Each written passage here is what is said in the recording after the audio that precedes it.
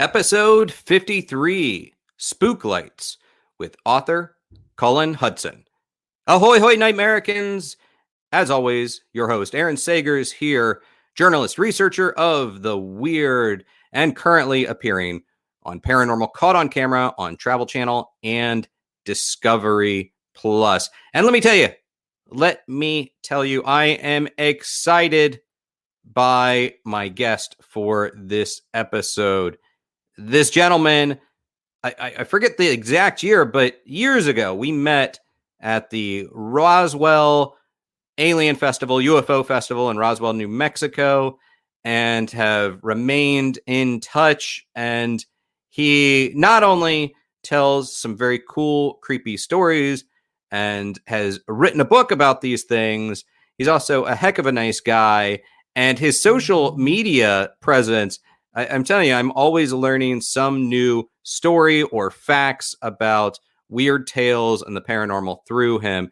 He is the author of the supernatural thriller, The Mound, as well as Strange State, Mysteries and Legends of Oklahoma, which is a nonfiction collection of strange but true tales from the Sooner State. Also, many of his meticulously researched stories that they've never been before reported, so they're very fresh tales, and others actually were rediscovered by him after having been forgotten for nearly a century. Also, his short story, The Iron Door, The Curse of Sierra Jumanos, I'm probably mispronouncing that, was included in the 2005 Red Dirt Anthology. This gentleman enjoys traveling to paranormal locations. He's visited sites in Central American pyramids and to mysterious Moroccan mountains. He's been to haunted Roman ruins and English castles. He's even been to Loch Ness. He's checked out Bigfoot's dark realm in the Pacific Northwest. And he's additionally lived in Puerto Rico for several years. He investigated the famous forteana in Puerto Rico. He's checked out legends of the chupacabra, the Moca Vampire, ancient haunted fortresses. Already, we're like off the charts with awesome stories here. So without further ado, let me introduce our guest, Mr. Cullan Hudson. Hey, buddy, how are you? Doing great. Thank you for joining me today. Like I said, it's been years. Do you remember the exact year that we did connect at Roswell? That would have probably been around, I'm guessing about 2013. That sounds about right. It's actually been a couple years since I have been to the Roswell UFO Festival. Have you been back? Do you still make your way out there? I've not been actually to the festival since then. I do a lot of travel, as you rattled off. I love to see new places, and anywhere I'm at, if there's a weird, mysterious, funky, strange thing, I have to check it out. So it certainly seems like you've covered a lot of ground. And let me say, that was the last time that you went to the Roswell Festival. So apparently your interaction with me was so bad that you were like, I can never ever go back there. It was just, you were done. Well, you lucked out because we were on that panel in Tulsa, Oklahoma, a few years after that. Right. Yeah, with Terry French. So my apologies. I totally forgot about that. There's been like so many Comic-Cons, and honestly, so long since I've been at a Comic-Con that did slip my mind. But yeah, Tulsa is this incredible town that I think recently only people are starting to learn more about the history due to things like authors such as yourself, as well as shows like Watchmen. I think like people are getting a little more of a rich appreciation for Tulsa's history. Am I off base, or would you agree with that? No, you're completely on point. In fact, in addition to Watchmen, there was also Lovecraft Country, which touched on the Tulsa race riots as well. And that whole topic is getting a second wind, as it were, in recent years. It's kind of a thing that was swept under the rug for the longest time, and so now it's gotten back into the news, and people are really studying the history of the Tulsa race riots.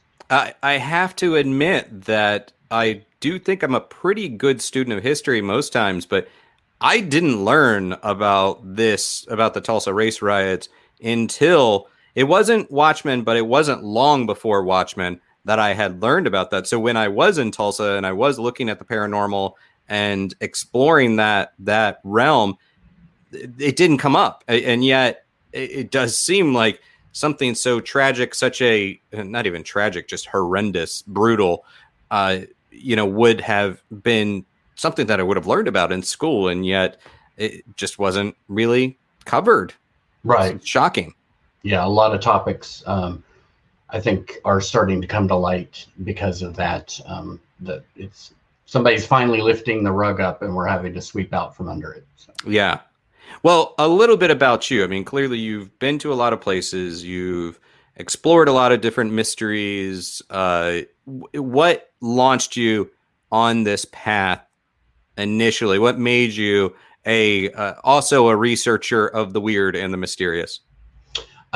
Since Mother's Day just happened, and I posted about this online, I would blame my mom. So she was a big influence there. She's very much into the same kind of stuff. So I kind of cool. grew up with that. And then some early personal experiences certainly fueled that fire. Yeah, and it's funny. My mom as well. Like I've always been into this stuff, but I do recall going to the bookstore a lot. My parents both were very supportive of my voracious reading habit, but I do distinctly remember going to the bookstore. I think it was a used bookstore, and picking up one of those Time Life mysteries of the unexplained, I believe. And even though I had read ghost stories before then, this thing really kind of rocked my world. Do you remember those? Oh, beyond remember, I have. So I've got like a little library that one day, if dreams come true, I'm going to turn into a really big library. But in and among those volumes is several of those Reader's Digest books. Same. I have to be very selective about what I add to the library, considering the small spaces I tend to live in Brooklyn and New York. But my ultimate goal is to go on eBay and get the entire collection at some point. So in your travels, again, Moroccan mountains, Central American pyramids. I feel like some of these adventures we've kind of moved on parallel paths, because I've been on some of these separately. Roman ruins, English castles, Loch Ness, Pacific Northwest. What's been your most? Let's break it down in two different ways. What's been the most sort of satisfying and fulfilling from the fortean standpoint versus just the place that you love traveling the most? Okay. Both those are tough. So I think in the fortean sense, it would actually not be the big, exciting, sexy places. It would actually be the small, little, tucked away, ramshackle place that nobody would think about, because those were the places where something actually happened. I experienced something. There was something unexplained, and that's a very cool experience to have. So yeah, that I would say that just little out of the way places that nobody's ever heard of, just some old abandoned house.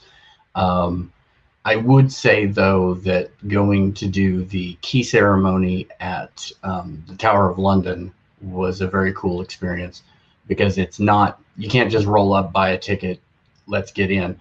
A friend of ours that lives in London had to petition some council person to get a ticket. It was this whole process, and then they only allow like a few people in each night.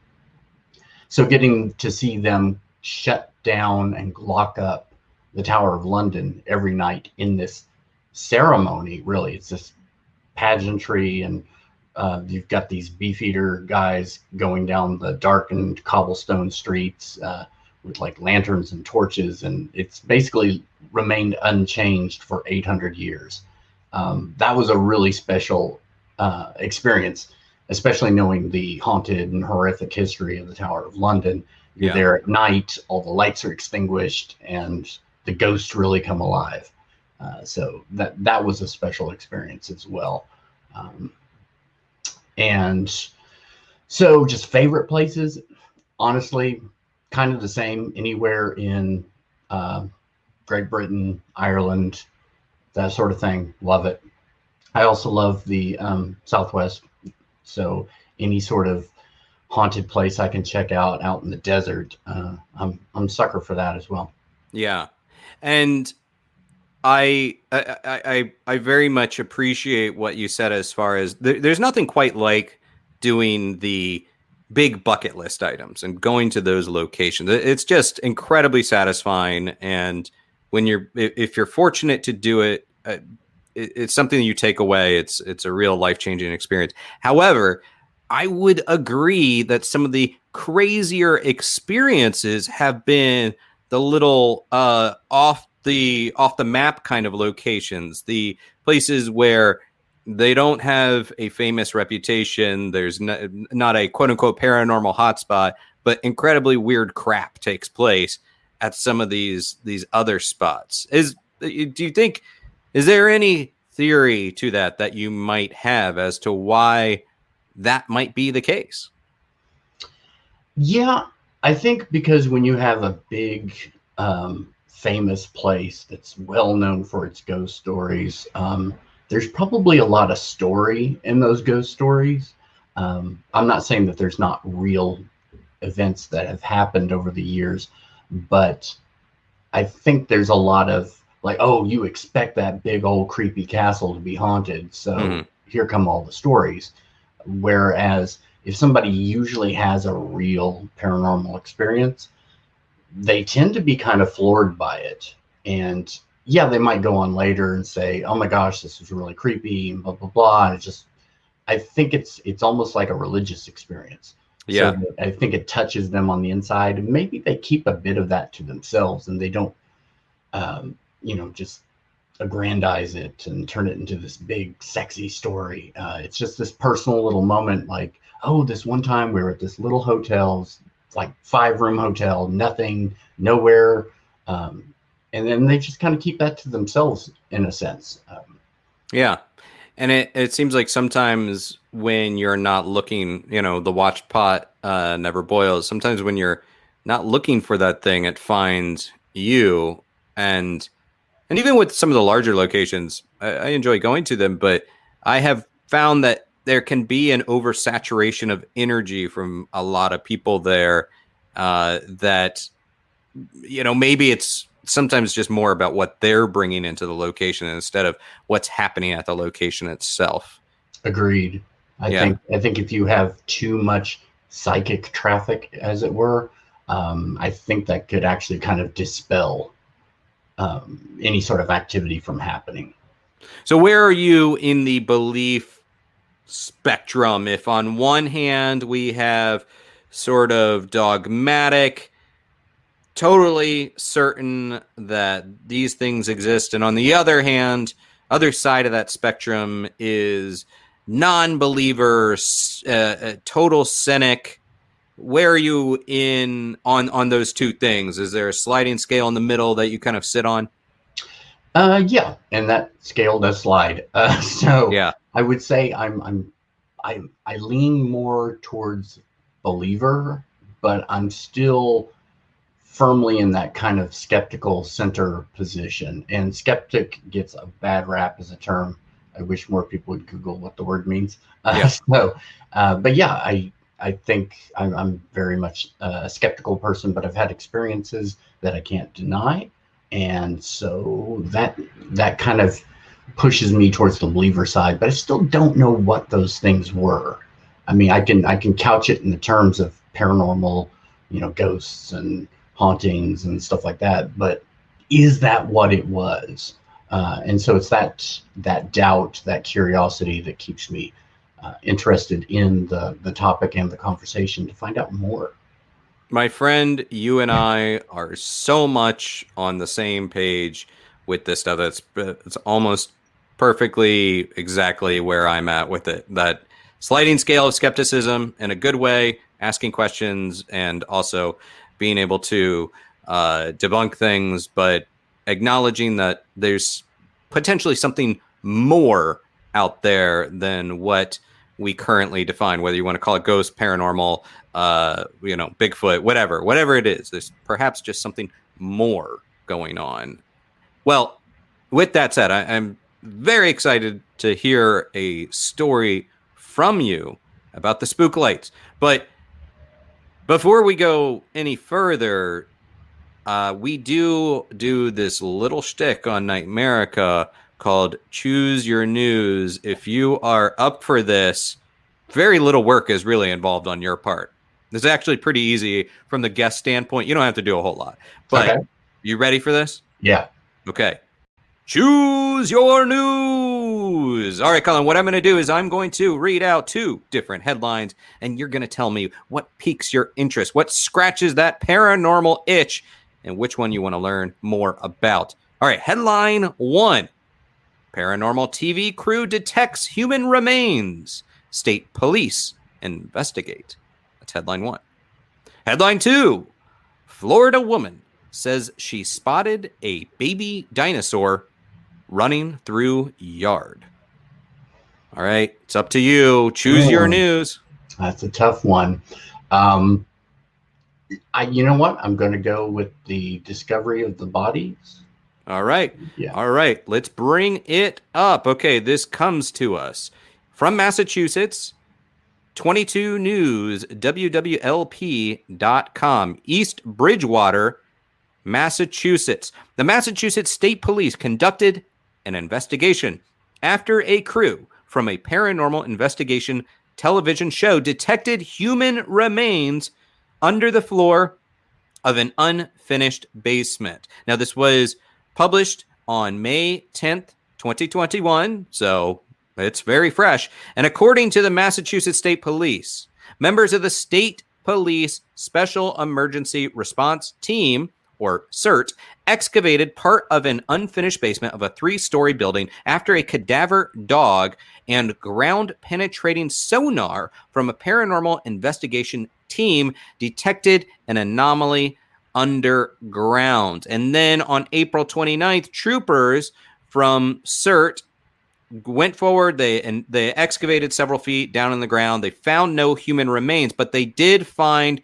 a large amount of groundwater that was later determined by a private ground radar contractor that the flowing groundwater most likely caused the detection of human remains. So maybe it's not exactly that they found a human remains. They just detected something that was interpreted as human remains. And I feel like that is just slightly misleading as a headline, definitely clickbaity. And they even say, chalk it up as the ghost story that almost was. Boo! I don't like that headline. I felt very misled on that. That's very misleading. And they don't even say which paranormal TV show it was. So, but some of those TV shows can be misleading as well. They get you right before the break with some sort of, bait on the hook, and you're like ready for it. And then you come back from the break and it's like, oh, yeah. That you're right. You're precisely right. And I kind of wonder if the reason that they don't say which one it was is intentional, because since it ended up not being anything, maybe the investigative TV show was like, hey, come check this out. Oh, okay, it wasn't anything. All right, cool. Our bad. Please don't use our network name and our show name. Could be bad for business. But what is not bad for business is the story that you are going to tell. So we are going to talk about the Spook Lights. And before we get into the actual story, let's talk a little bit about the word spook itself. I feel like we have to address this word itself. I love the word spooky, and yet there's sort of a history to it. And I'm pretty certain we discussed it a little bit before we began, but you're familiar with this word and sort of the fraught history of it. Right. It can be problematic in certain contexts. It's a word of Dutch origin, so it's long had a history of being about ghosts and things like that. But sometime in the 20th century, I believe it's the 20th century, I don't think this is anything that pushes back into the 19th century, it started to become associated with African Americans in a negative context. Yeah, you're right on the money with this. It as a word, we think of it as, well, Merriam-Webster says relating to, resembling ghosts or specters, but also the other word, other meaning of it is undercover agent or spy. But it was around World War II that American soldiers started referring to their black counterparts as spooks, and these were the pilots of the Tuskegee Airmen that were referred to as spook waffle or spook waff, I guess, which means a weapon or gun. And then it grew from there to being a term as a racial slur and a having derogatory usage. And so it continues. So now it's like kind of a tricky word. I know for me, I love Ghostbusters, and I remember the line of, like, calling Dana's apartment Spook Central. And now I don't really think I could use that word in that way. It just feels like it's too loaded. Yeah, it's fraught, but when it's steeped in tradition, good and bad, it's tough to avoid sometimes as well. The most common name for the phenomenon that I am going to talk about is spook light, but that's not the only name. So if it's preferable, people can call them ghost lights, mystery lights. There's different terms that can be used, but it could also be used as a launching off point for a conversation that, honestly, this country has a hard time talking about. Yeah, and again, I agree. You're saying all the things I agree with, and I agree. Like this, in this case, the term spook lights has a very deep, rich tradition. It's existed for a long time. So, we can call it. We can definitely, I think, feel comfortable calling it spook lights. It's just, I just wanted to address it. I will say that even today, I was filming an episode of Paranormal Caught on Camera, and it came out of my mouth when I was referencing, something spooky or Spook Central or whatever. And then I'm like, well, back it up. We got to not use it, because in that context, it was not referring to a phenomena that has existed for a long time. And that was the name. It wasn't that case. So in that instance, I had to cut it. But in this instance, I think we can feel comfortable calling them the spook lights. And with that said, sir, I want to hear this tale. Lay it on me. Tell me about the spook lights. Sure. Well, the lights themselves are unknown. What they are, nobody knows, but their legends go back very far, and you can find them across the country, across the globe, and they are called different things. There's some famous ones here in the country. The Brown Mountain Lights, which people may have heard of. Marfa, Texas has the Marfa Lights. Those are another famous example. There's the Paulding Light in Michigan. There's one in Georgia. There's some in Colorado. They're just kind of everywhere. I grew up in Florida, and the one that I remember is the Oviedo Lights. Yes, I think I've heard of that one as well. Yeah. But I want to concentrate on what I know. Sure. Which is an area in northeastern Oklahoma into Kansas, into that little area of Missouri, and kind of encompasses Arkansas as well, how you draw it. But they call it the Spooksville Triangle. Okay. And it's really less of a triangle, but that's a familiar thing for people who are like, oh, Bermuda Triangle, Spooksville Triangle. Yeah, triangles are scary. So it's the scariest geometric shape. So we just apply it to everything. I remember my high school geometry, and it was very much scary and dreaded. So so the triangle area kind of runs from Miami, Oklahoma to Joplin, Missouri, and then kind of over into Kansas. But in neighboring Arkansas, there's some similar lights as well. And in this region, there's a lot of these mysterious lights that just sort of show up.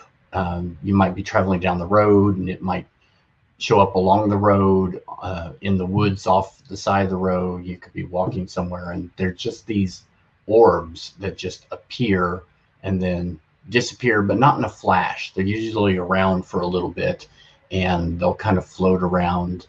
And I think stories of them probably go back to the 19th century when people began settling places like Oklahoma and Missouri.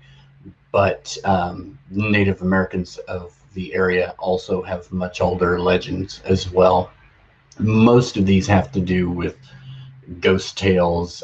One of the older Native American legends is about two lovers that leapt to their death, and that is the orbs that you now see. But most of the legends from settlers and early pioneers have to do with railroad accidents, minor accidents. There's always somebody losing their head, and then they're out with a lantern at night looking for their head.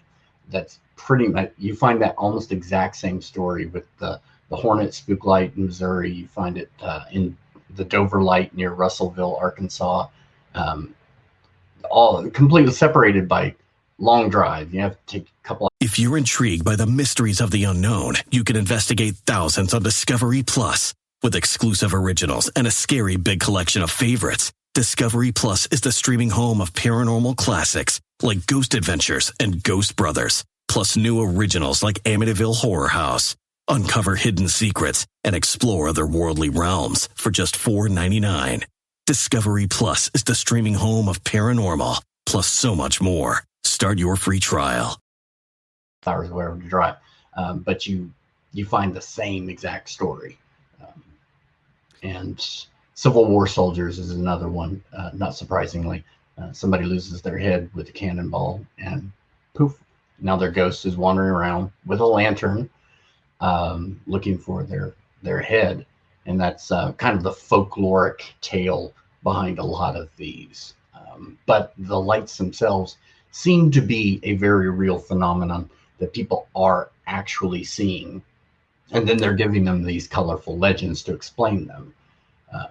And there's not a lot of stories that are written down about this, but there are a few, and they kind of are spread out over the 20th century. I think it's one of the lesser known strange anomalies in the world. You know, people go on about ghosts or UFOs or Bigfoot and call those the big three. But this is kind of a different thing that could have scientific explanations, maybe not, but it does have great legends. So plenty of stories if you want to hear those. Well, yeah. I mean, what I find fascinating about this particular phenomena is that it is so frequently, or has been so documented, that it actually, at least on the Joplin, Missouri official website, they talk about it. And now we did talk about sort of the problematic application of the word spook now in the 20th century, but going back to 1836, they report that the indigenous Americans on the Trail of Tears were reporting these Ozark spook lights at the time. Is that accurate? Does that kind of mesh with your own research and what you have learned about these? Absolutely. Because it's kind of that whole area there where those, where we draw the boundaries now, where those states meet. That whole region is just filled with stories about these lights. And they do go back very far, both with tribes that were forcibly removed and relocated, as well as legends from tribes that were in the region already. Now, you mentioned the young Native American couple, and that these might be their soul, their energy. What is the backstory to them, if you can tell me? I mean, why were they so special that they became the Spook Lights? Was there any specific tragedy connected to them, or any deeper legend or lore that we might know about these two lovers? Yeah, as I recall, with a lot of Native American tales, they tend to get anglicized as they're translated, and so it's real vague as to what it is. But the legend I heard was that it was a typical Romeo and Juliet sort of situation where opposing fathers didn't want their children to get together, and so they would rather just leave the world than have to live apart. And that sounds very European and very romantic. Yeah. That's not to dismiss that there could very well be an actual Native American legend that kind of follows the same construct. I'm sure there's lots of parents that don't want their kids to get together. So that's probably not a foreign concept in the world. But it also smacks of a bit of, European literature. Yeah, it is definitely that. It's a trope. I mean, another one that I personally have heard about with these is that, and you mentioned that there's always a story of someone losing their head. One of the ones that I had heard of is of a Native American chief who is decapitated in this area, and will search for his lost head. And basically we see him holding a lantern high. He's walking along with this lantern as he looks for his lost head. That alone, I mean, that's something of that also sounds very European or anglicized. It is sort of that application of the headless wanderer. I assume that's one that you've heard of as well. Yes, yeah. It's like you said, it's a familiar trope, well-trod ground, and I think it's the sort of thing that if you researched it, you could probably push the bones of that story back to some folklore from Europe, as they have with. I don't know if you've ever heard any research about the Vanishing Hitchhiker, and how that legend can basically, the folklorists have been able to trace it eastward across the country and then across the Atlantic to find the origins of that classic story that's just told everywhere. Yeah, and I mean, we could go on a whole tangent about that story. I think perhaps we have this American-centric approach or possessiveness about the Phantom Hitchhiker, but it's a tale. And again, of course, we are a very automotive culture, like that. It does sort of make sense. It fits perfectly within America, especially the 1950s. Everybody taking the road, hitting Route 66. Yet the story goes back before automobiles. In some of my readings of it, I don't claim to be an expert on this tale, but it predates our country. Correct. Yeah. Now, back to the Spook Light. We could talk all day about the Phantom Hitchhikers, the Vanishing Hitchhiker. Now, okay, let's kind of break down some of the explanations, because going to methane gas, natural gas, I think that's typically the go-to in these cases as far as to debunk it. What are some of the other explanations? Well, there's certainly that. I mean, swamp gas. The debunkers certainly love the swamp gas, and it is a plausible explanation. in some places. Much of the area of the Spooksville Triangle is much wetter. It's among the wettest parts of Oklahoma. It gets a lot of rainfall. There's a lot of lowlands with creeks cutting through it and rivers. So you're going to get a lot of rotting vegetation and stagnant areas where that sort of methane could spontaneously combust under the right circumstances. So that is one explanation. Others have posited radium, natural gas expulsions. Okay. There's also a more fascinating one for me, which is the piezoelectric effect. Think of it like when you're a kid and you go in the dark room and you crunch on a wintergreen, and it makes a blue spark in your mouth. It's kind of that. So pressure in the earth, especially when you're dealing with things like quartz, will kind of give off electric discharge. It's also known as like earthquake lights. Yeah. So people have often seen lights in the sky or around the epicenter of tectonic activity, earthquakes. For the longest time, it was kind of dismissed, sort of like ball lightning, as not being an actual phenomenon. It's just folklore. But I think there's much better science and research behind it now. And so earthquake lights tend to be considered a very real thing by, I think, a lot of scientists. Well, first off, you're bringing me back with the crunching of the mints in the dark. I definitely remember that. I haven't thought about that in years. So thank you for that little flashback moment. But as far as the earthquake lights, there is a fault line running through this part of this area, correct? Right. There's probably several. I would imagine one of the biggest and honestly scariest ones is the New Madrid fault line in Missouri. That's kind of along the Mississippi River, if I recall.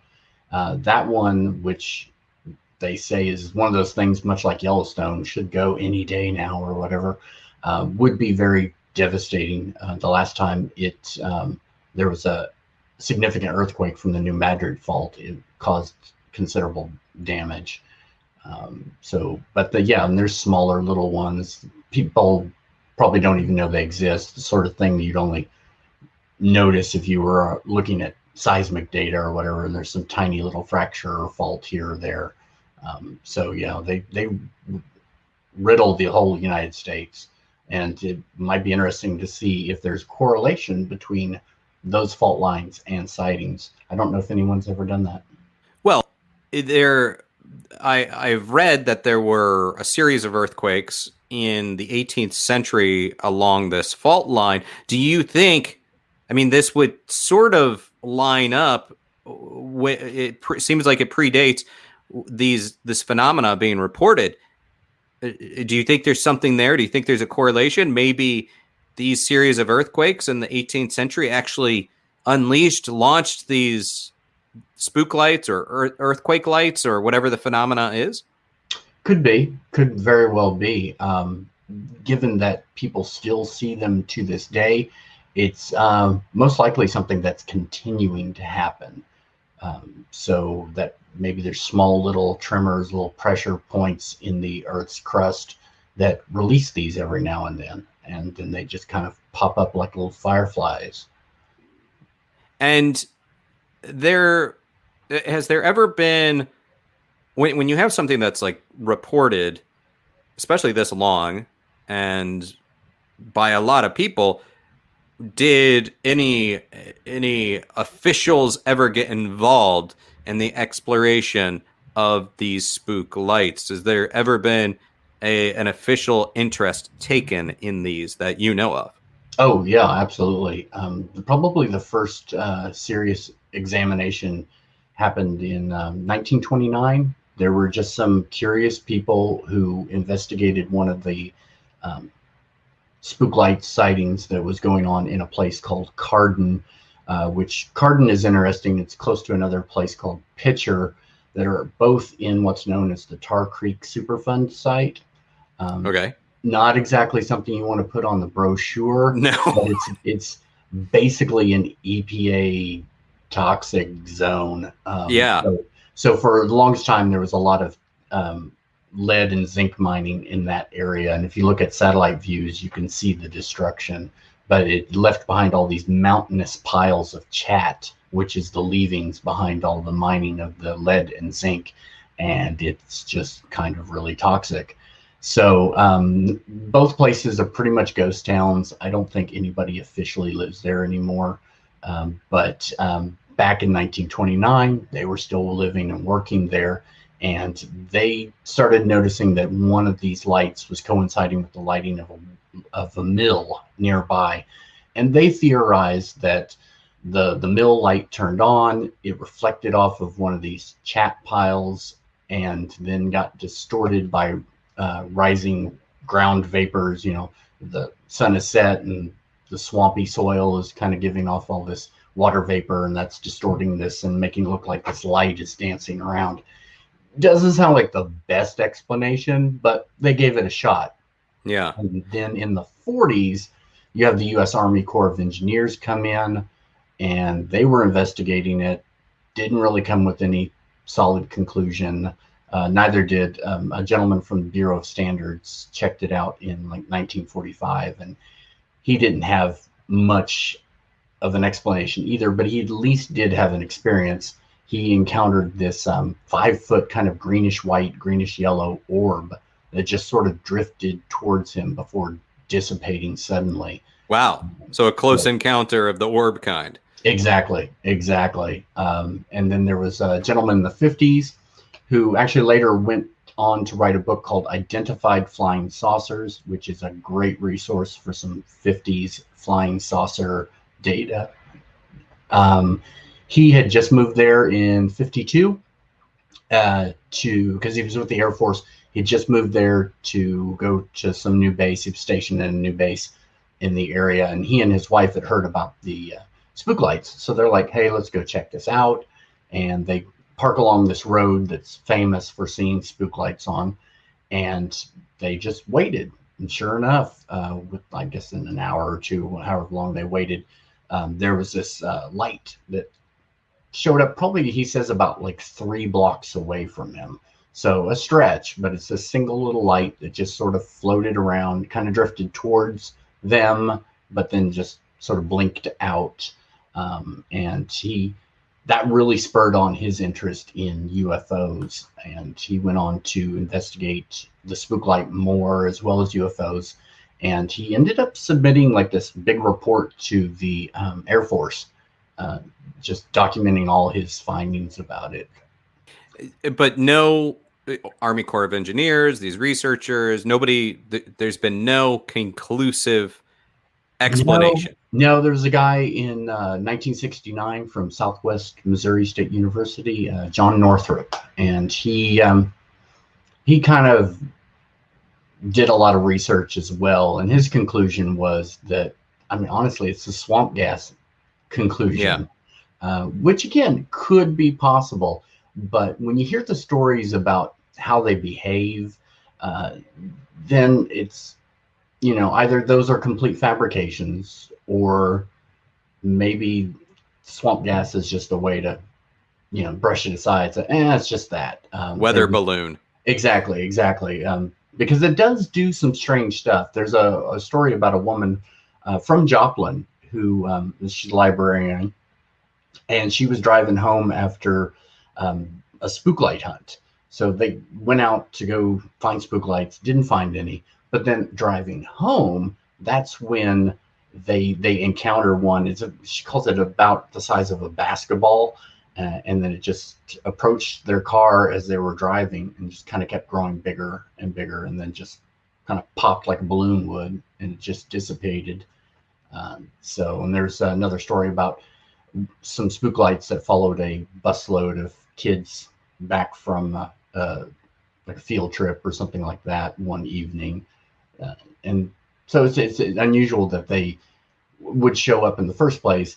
It gets more unusual when they behave strangely, like following cars or something like that. There's actually a story from the other end of the state, from a guy, rancher in the early part of the 20th century.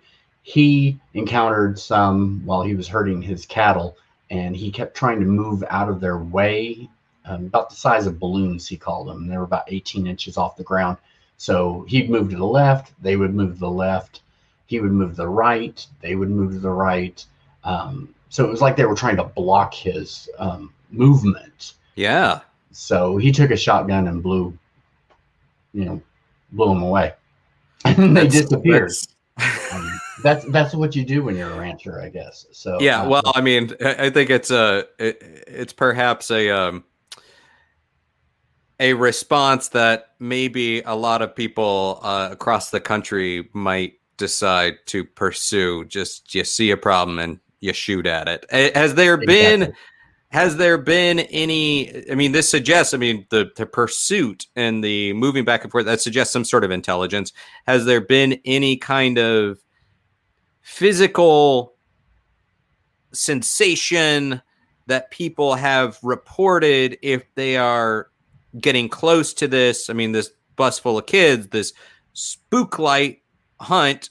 By the way, I just love that there are spook light hunts. I love that there are spook lighters out there. But whenever someone gets too close to one, is there some sort of sensation or feeling or what occurs with their body? I've never really found a lot of good information about that. I think 9.9 times out of 10, you're looking at stories that talk about seeing the light over there. Maybe it comes towards them, but it never really physically interacts. I've seen one or two stories that talk about like a static electricity kind of, hair on your arm standing up. It kind of tracks. It kind of makes it kind of fits, whether it's accurate or not. It kind of just fits that that story, Right. And by and large, they don't ever actually interact with humans. So I think that's part of the allure, that they're over there and they're elusive and mysterious and maybe staying away. I think the closest to any sort of interaction would be back in the mid 50s. There was a ball of fire that was reported around that northeastern part of Oklahoma, where it caused a traffic jam of cars. Okay. And I think that would be the closest to any sort of impact on humans. And it's probably just a situation where one of these lights was so prominent that people just stopped on the highway. Freaked out a little bit. Yeah. I mean, and who can blame them? If you see this thing that is just large, unexplained, you may not want to drive through it. Maybe it's better just to stop and let it do its thing. Well, before I let you go, first off, wait, okay. Have you seen spook lights? Okay, so I have a story about that. Lay it on me, man. Okay, so back in 2018, it was October 31st, Halloween night. October 31st was 31 years since my grandfather died on October 31st. So I went up to that area because my grandparents were from just past Oklahoma into that little corner of Missouri. And so I went to go to the gravesite and do all that stuff. But since I was up there, I was like, well, I should do a spook light hunt. And couldn't get anybody to go with me. So I'm driving around close to midnight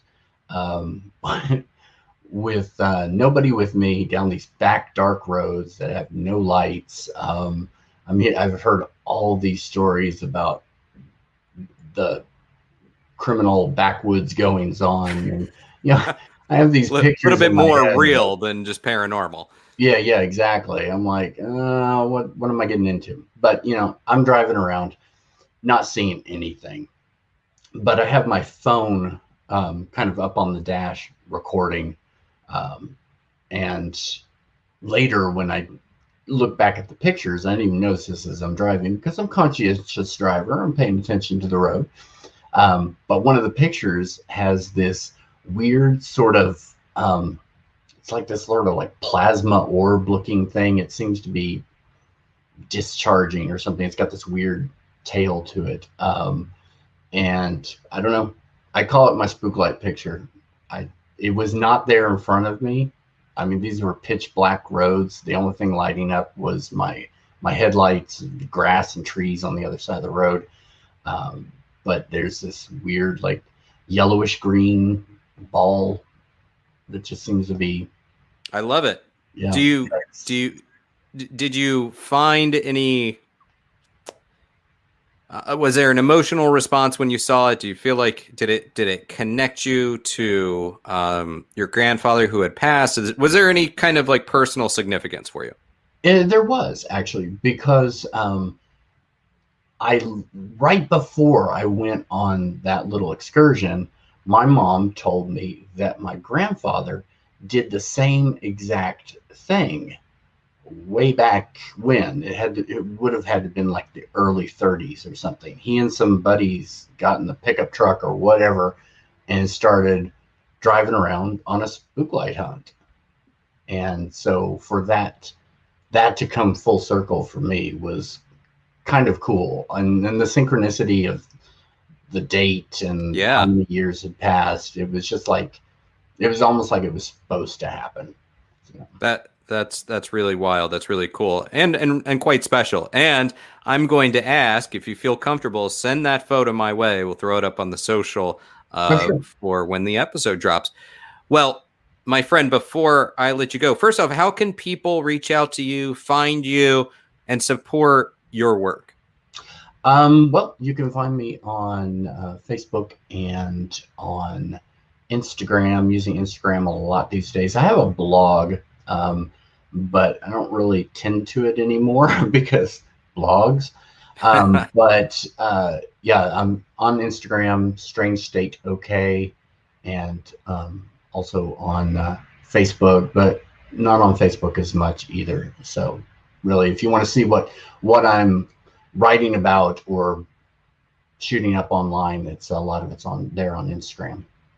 Excellent. Well, and Cullan, final question. I can't believe I forgot to ask this, but let's say I head out to your part of the country and I want to check out the spook lights. What is the best time to go?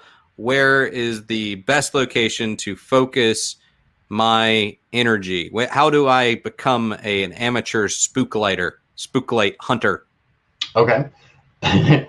There's no real best time to go. It's a total crapshoot as to whether you will see something or not. Some say summer months are better. I don't know if that's true or not, but some people do.